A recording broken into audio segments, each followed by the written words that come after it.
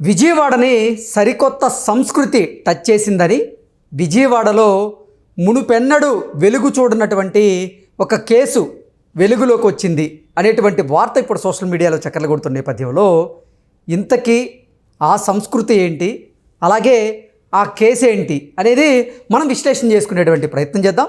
ప్రస్తుతం మనతో పాటు ఉన్నారు ప్రముఖ రాజకీయ విశ్లేషకులు, ప్రముఖ సీనియర్ జర్నలిస్ట్ సిఎస్ రావు గారు. సార్తో మాట్లాడదాం. సార్ నమస్తే. సార్ నమస్తే. విజయవాడని సరికొత్త సంస్కృతి టచ్ చేసిందని, మునుపెన్నడూ వెలుగు చూడనటువంటి ఒక సరికొత్త కేసు ఇప్పుడు విజయవాడలో వెలుగు చూసింది అనేటువంటి వార్త సోషల్ మీడియాలో చక్కర్లు కొడుతోంది. ఏంటా సంస్కృతి, ఏంటా కేసు అంటే ఏం చెప్తారు సార్? ఇప్పుడు జనరల్గా విజయవాడ అనగానే బెజవాడ రౌడీలు, కత్తులు, కటార్లు, బాంబులు ఇలాంటివన్నీ కొంచెం యాంబియన్స్ కనపడుతుంది అనమాట. సినిమాలో ప్రభావం కానీ, లేదంటే రకరకాల రౌడీ ఎలిమెంట్స్ సంబంధించిన న్యూస్ బయట రావటం ఇవన్నీ చూస్తే కనుక కొంత యాంబియన్స్ ఏంటంటే అక్కడ కొంచెం ఫెరోషియస్గా ఉంటుంది. రంగా మర్డర్ జరగటం, ఆ తర్వాత కొంతమంది రౌడీ షీటర్లు ఎన్కౌంటర్లు జరగటం, ఇవన్నీ కనుక చూస్తే కనుక కొంత అక్కడ అగ్రెసివ్నెస్ ఎక్కువగా ఉంటుంది. లా అండ్ ఆర్డర్ సిచ్యువేషన్ కూడా కొంచెం టఫ్ ఉంటుంది అనేది వినిపిస్తుంటుంది గుంటూరు విజయవాడ మధ్యలో. అలాగే ప్రకాశం జిల్లా మీ క్రైమ్ రేట్ తీసుకున్నా కానీ ఈ జిల్లాలో ఎక్కువ ఉంటుంది. మీకు అదే ఉత్తరాంధ్రలో అంత పెద్ద ఎక్కువ ఉండదు ఆంధ్రప్రదేశ్లో. అదే రాయలసీమలో ఫ్యాక్షనిజం ఉంటుంది తప్పితే రౌడీజం ఉండదు. అక్కడ రౌడీజం కానీ కొంత అగ్రెసివ్నెస్ ఉండే ప్రాంతాలు ఏంటంటే ప్రకాశం, గుంటూరు, కృష్ణ, ఈ మూడు జిల్లాలని క్రైమ్ రికార్డ్స్ని పడితే కనుక మనకు అర్థమవుతుంది. అలాంటి చోట్ల కొత్త సంస్కృతి, కొత్త న్యూస్ వస్తూ ఉంది. ఏంటి తాజాగా వచ్చినటువంటి న్యూస్ ఏంటంటే లెస్బీనియన్స్ అనేది నీకు ప్రపంచవ్యాప్తంగా మనం వింటున్నటువంటి పదాలు ఏంటంటే ఈ మధ్యకాలంలో లెస్బీనియన్స్, తర్వాత హోమోసెక్సువల్స్, తర్వాత గేస్, ఇంకా రకరకాలు వినిపిస్తుంటాయి.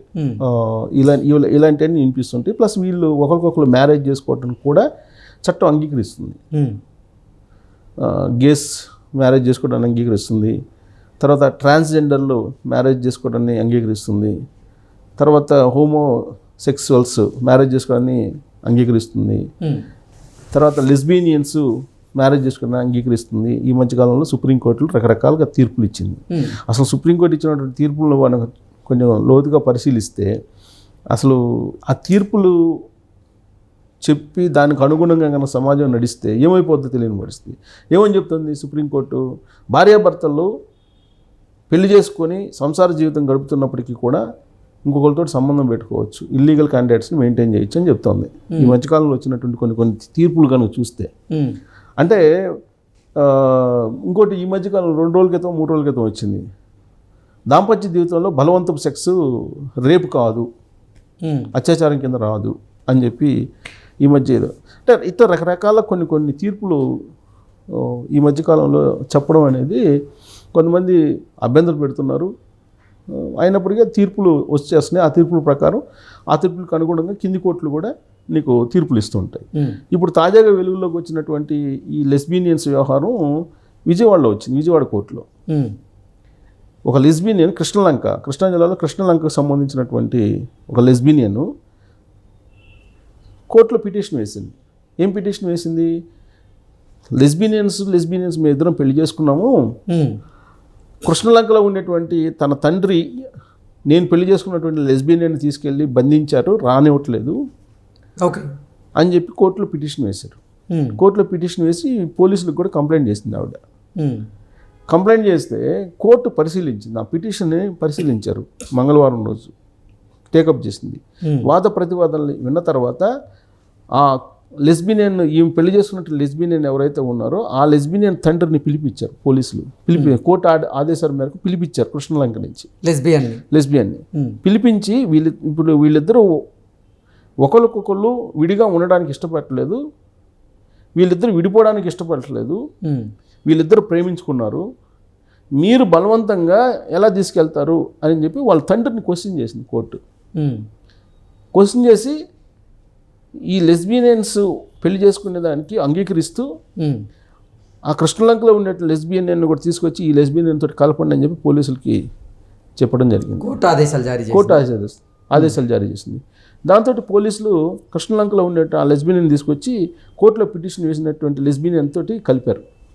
వాళ్ళిద్దరు పెళ్లి చేసుకొని ఇప్పుడు మేమిద్దరం సంసారం చేసుకుంటాం అని చెప్పి అంటున్నారు.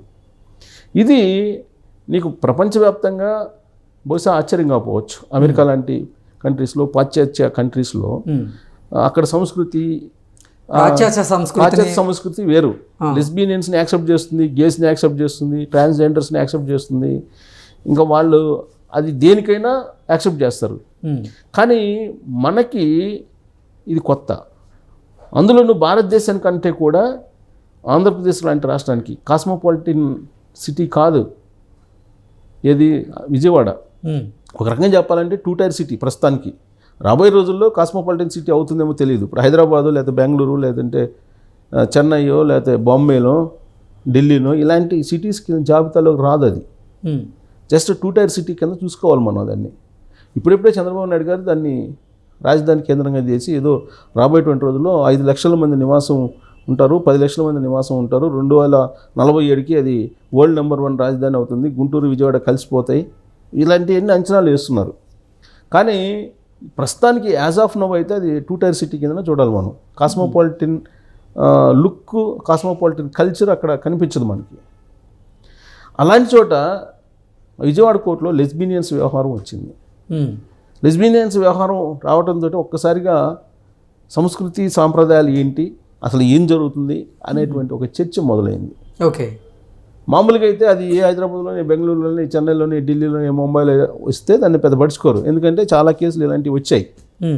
ప్లస్ మనకు హైదరాబాద్లో తీసుకుంటే లెస్బియన్స్ ఉన్నారు, తర్వాత ట్రాన్స్జెండర్స్ ఉన్నారు, హోమోసెక్సువల్స్ ఉన్నారు, గేస్ ఉన్నారు, వీళ్ళు కనిపిస్తుంటారు అక్కడక్కడ. ఎక్కువ కాకపోయినా అక్కడక్కడ కనిపిస్తుంటారు. అదే బాంబే లాంటి చోట అయితే అసలు ఎక్కువగా కనిపిస్తుంటారు. అసలు ఢిల్లీలో అయితే ఏకంగా ట్రాన్స్జెండర్స్కి ఆపరేషన్ ఉచితంగా చేయాలని చెప్పి గవర్నమెంట్ హాస్పిటల్స్లో ఫెసిలిటీస్ కల్పించాలని చెప్పి నిర్ణయం తీసుకున్నాడు ముఖ్యమంత్రి కేజ్రీవాల్ అప్పట్లో.